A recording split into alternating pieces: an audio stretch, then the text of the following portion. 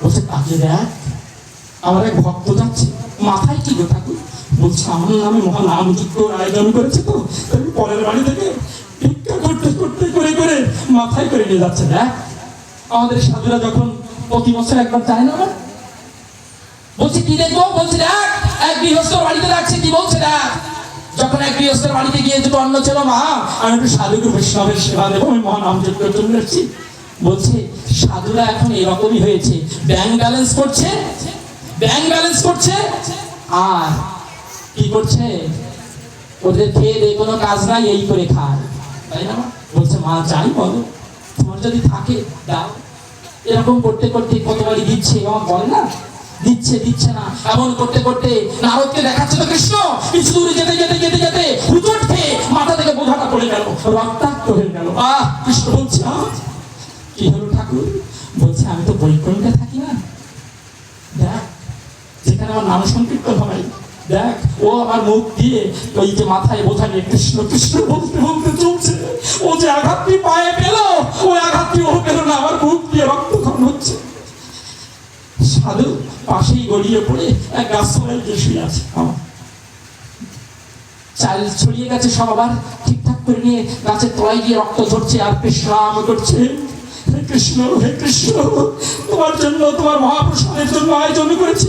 কত সাধু বৈষ্ণব আসবে আমার বাড়িতে, তুমি একটু কৃপা করে আমাকে আরেকটু শক্তি দাও। ঠাকুরের নাম করতে করতে যখন তন্দ্রা আচ্ছন্ন হয়ে গেছে, ওই পাশের বাড়ি থেকে মনে হচ্ছে একটা ছোট বালক এসে বলছো কি গো তুমি যে ঘুমিয়ে গেলে? বলছে না না আমি ঘুমাইনি, আমার পায়ে খুব ব্যথা পেয়েছি। তো তুমি কি করছো? আমি ভিক্ষা করছি। কেন তোমার কিছু নাই? বলছে না আমার কিচ্ছু নাই। তোমার বাড়িতে কে আছে? কেউ নাই। হা কৃষ্ণ করুণা সিন্ধু দীনবন্ধু জগৎপথে, এই জগতে দিনহীন যার জগতে কেউ নেই তার জন্য কৃষ্ণ। হা কৃষ্ণ করুণা সিন্ধু বড়লোক বন্ধু জগৎপথে নয়। শুধু বড়লোক, শুধু টাকা থাকলেই বড়লোক না, যার মনের ভিতর আছে ঠাকুরের সম্পদ তোমার। আমি দিনহীন কাঙাল, আমার কিছু নেই, যা কিছু সব কিছু তোমার, তুমি যেমন ভাবে চালাও আমি তেমন। বলছে তোমার কে নাই? কি করছো তুমি? কি করছো? বলছে ওই আমি একটু পাতা, তুমি শুয়েছো ওই যে রক্ত পড়ছে, আমি একটু পাতা নিয়ে এসে তোমার পায়ে একটু মাখিয়ে দিচ্ছি। আরে তুমি কত ছোট ছেলে, মাত্র 8-10 বছর বয়স, তোমার বাড়িটা কই? বলছে ওই যে আমার বাড়ি। তোমার সত্যি কেউ নেই? বলছে আমার একজন আছে। কে গো? বলছে আমার গোবিন্দ আছে। গোবিন্দ ছাড়া কেউ নেই? না আমার গোবিন্দ ছাড়া কেউ নেই। তোমার বাড়িটা কই? এই আসুন না, এই পাশের বাড়ি, আমার এখানে এসো। তুমি এসো, তোমার যতটুকু কম আছে আমি সেই কমটুকু পরিপূর্ণ করতে এসো। আরে তুমি কত ভালো গো। হ্যাঁ এই পথে যারা যায়, এই পথে যারা যায় তাদের যতটুকু কম থাকে, যাওয়ার সময় আমি সবাইকে পরিপূর্ণ করে দেয়।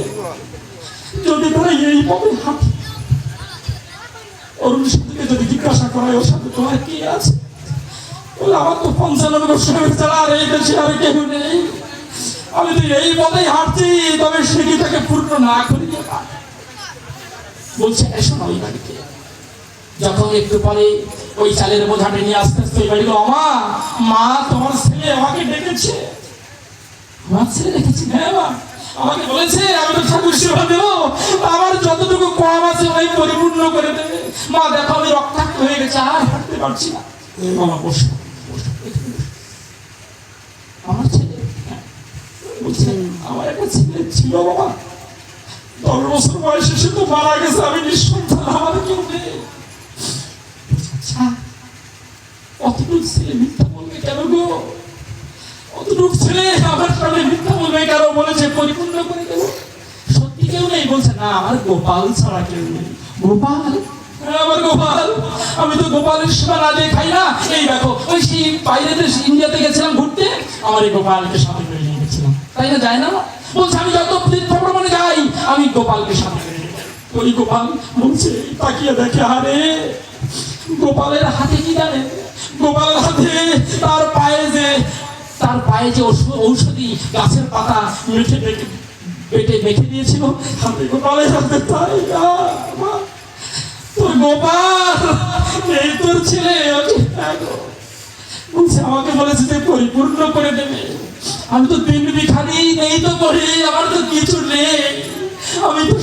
পথের যাত্রী, তো এই যে ঝুলি দিলাম মা তোর গোপালকে বল, যেদিন শেষের দিনে আমার ঝুলি দেখাবে সেদিন যেন আমার এই ঝুলিটাকে পরিপূর্ণ করে দেয়। আজকে একটু বল।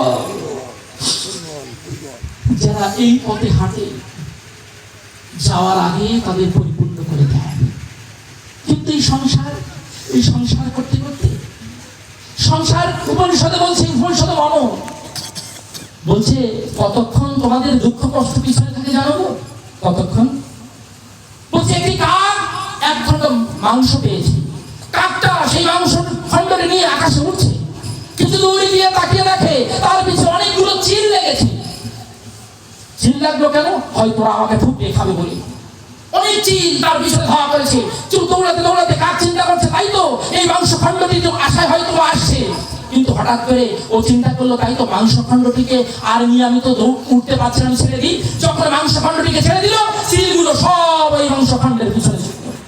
আমাদের সংসারটা ঠিক তত্ত্বে, যতক্ষণ আমরা সংসারটাকে মুখে নিয়ে দৌড়াচ্ছি, যতক্ষণ আমার করতে করতে দৌড়াচ্ছি, ততক্ষণ আমাদের দুঃখ বেদনা জ্বালা যন্ত্রণা পিছনে পিছনে ধাওয়া করছে। কিন্তু যারা পঞ্চাননগর স্বামীর যেখানে যেখানে শিষ্য আছে, এই যে সাধুগুরু বৈষ্ণব যারা, এরা যেখানে হরিনাম সংগীত হয়, বয়স্ক মানুষ দিন নেই রাত নেই ছুটে চলেছে এই পথে, তারা এই মাংসখণ্ড ফেলে দিয়ে হরিনামের দিকে ছুটে চলেছে। আর জগতে তাদের আর সংসারে ভয় নাই। শ্রীমান মহাপ্রভু জগতের পাপাচারী অনাচারী কৃষ্ণ ভোলা বহির মুখে জীবকে শিক্ষা দেওয়ার চলে আসলেন তো বাসুদেব বিপ্র আর তার সহোদর বাসুদেব